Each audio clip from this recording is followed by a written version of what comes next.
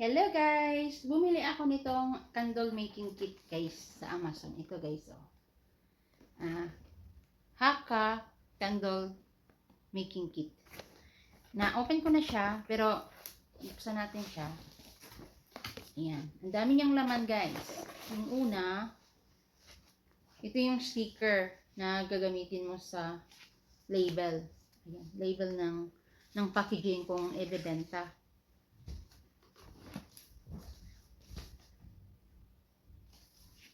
Ito naman yung bilog na sticker. Then, ito naman yung sticker sa loob ng lagayan ng bote. Ito naman yung sticker ng label, back label. Ito naman yung mga gamit niya, yung parang book. Ayan. Tapos may kasama siyang packaging, yung boxes kung ipangregalo or ibenta. Marami siyang kasama. Ito naman yung holder para hindi masira yung mesa mo.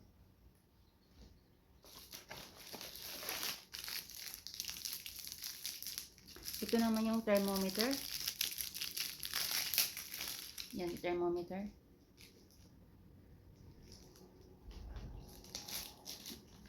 Ito naman yung rose. Kung lalagyan mo ng rose, dried rose. Ito naman yung design na heart. Ayan, naka-ready na siya. Ayan, kung gusto mo nang lagyan ng mga design. Ayan guys. Yung sa pang topping.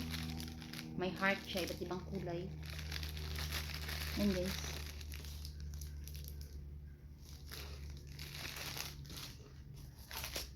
Ito naman yung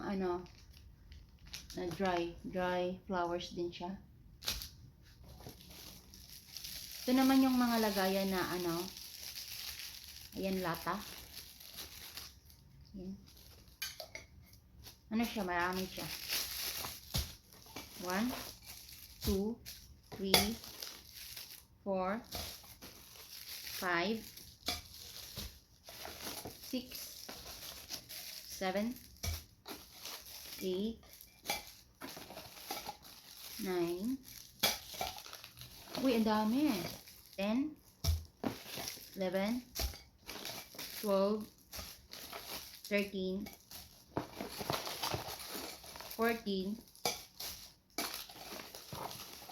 15, 16 siya na lagayan guys, na lata. Ayan. Sulit na siya oh. Ito naman yung fragrance. Ayan guys. Iba't ibang fragrance. Kung anong gusto nyo dyan. Ayan. May eucalyptus, essential oil, lemon, jasmine, orange, rose, apple cinnamon, mint, lavender. Wow, ang daming ang bango. Kahit nakasarado ang bango. Ito naman yung ilagay. Yung yung sa gitna. Tapos dito naman yung pag nalagay niyo na yung candle, diba lalagyan na ganito. Ito naman yung sa para sa gitna ito, hindi siya pupunta sa kaliwa or kanan. Tapos ito naman yung pang mixing. May kasamang gunting. Ayan guys, marami siyang kasama din. Parang 16 din siya guys. 16 na piraso. Tapos marami rin siyang mga dry rose. Ayan, may kasama pa siya. Dry flowers pala, saka dry rose. So, ito naman may kasama siyang parang pang lock.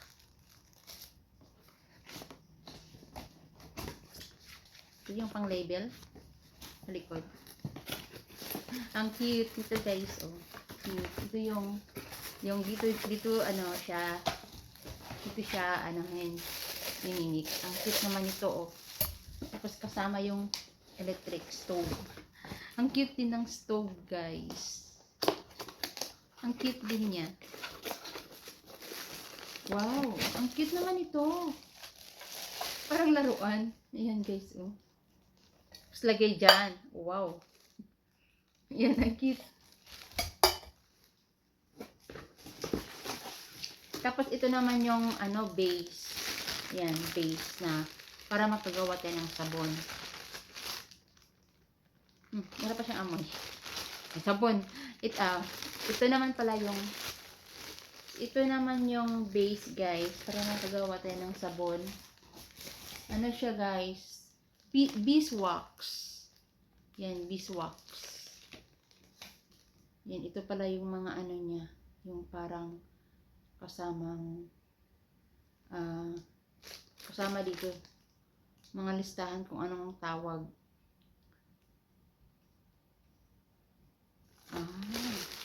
So, beeswax pala siya guys.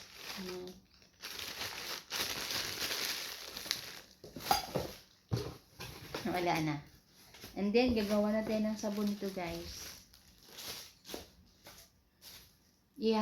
Ano ko lang siya guys. Ito na guys. Ilagay na natin yung sticker sa gitna.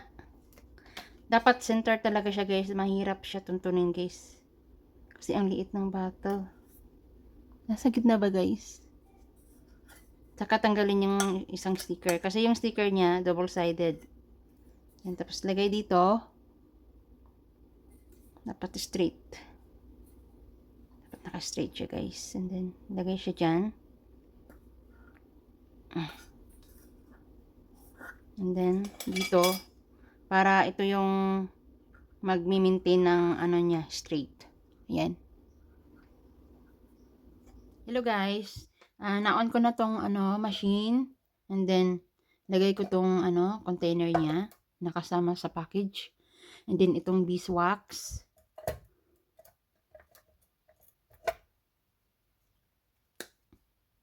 4. 4. 4 lang yung kasya guys. Mamaya, lagay natin to. Beeswax pala itong kasama sa package guys. Ito ang pinaka-healthy guys. Pero ito yung pinakamahal din. Beeswax kasi ano siya guys. Galing sa bee. Maganda rin yung soy wax kasi affordable price. So, soy wax kasagaran ginagamit ba? Kadalasan ginagamit sa mga gumagawa ng homemade candle. And yung mga guys, mahilig pa naman ako bumili dati ng fragrance candle. Pala yun guys, hindi pala healthy sa balat natin kasi siya guys, petroleum yung gamit nila guys, kasi yung mga factory. Kaya maganda talaga yung tayo na lang ang gumawa nito guys.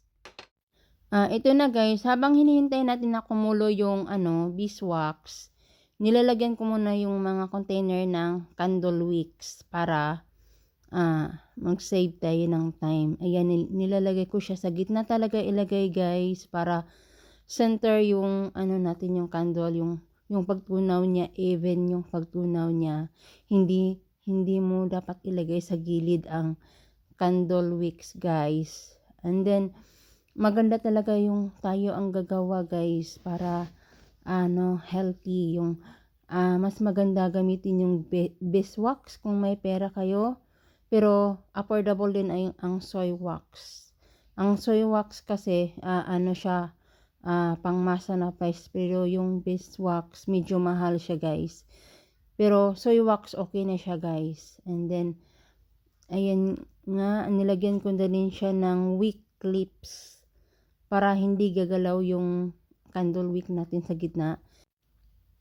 Kailangan na may wick clips kayo guys. Okay na yung ganyan, yung parang sa ice drop na kahoy.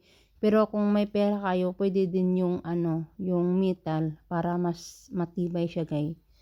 Guys, mas matagal. Ayan yung mga flavor niya guys. Iba't ibang flavor ang niya guys. May rose, eucalyptus, lemon, orange, mint, jasmine, apple cinnamon, and lavender. Depende na sa inyo kung anong scent ang gamitin nyo guys para mabango yung candle nyo. Para kung every night magkusa-kusa kayo sa husband nyo kapag tulog na ang mga kids, or mag movie night kayo, manood ng Netflix, napaka romantic guys. Tapos napaka-healthy pa i-smell guys. Kasi hindi natin gamit ang petroleum. Kaya nakakatakot na bumili yung ready-made guys kasi napaka-harsh sa lungs natin yung ini-inhale natin. Kailangan healthy ang ini-inhale natin. And then ayan na nga guys na kumulo na, nilagay ko na siya. And then after nitong guys, 12 hours na yan guys. 12 hours na yan guys, shortcut lang guys para hindi masyadong mahaba yung video natin. Ayan, tsaka ko pa tinanggal yung weak clips at tsaka pinutol yung sobra ng candle wicks. And then guys, kailangan nyo ding mag-invest sa heat gun kasi napaka-useful nito guys. Kasi yung pag dry ng candle guys, hindi siya level. Hindi talaga siya level kahit level yung misa nyo. Hindi talaga level yung candle sa ibabaw, yung pag dry.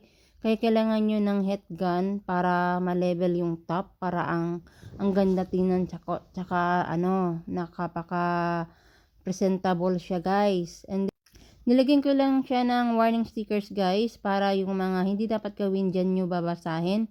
And then pinatungan ko din siya ng dry flowers, yung iba, yung lavender, nilagyan ko ng lavender na dry flowers. Tapos yung mint nilagyan ko din ng dry rose, and then yung lemon hindi ko na siya nilagyan. Depende na lang sa inyo yun. Tapos ito na yung finished product guys. 3 scent ang nagawa ko. Thank you for watching guys. Sana may natutunan kayo.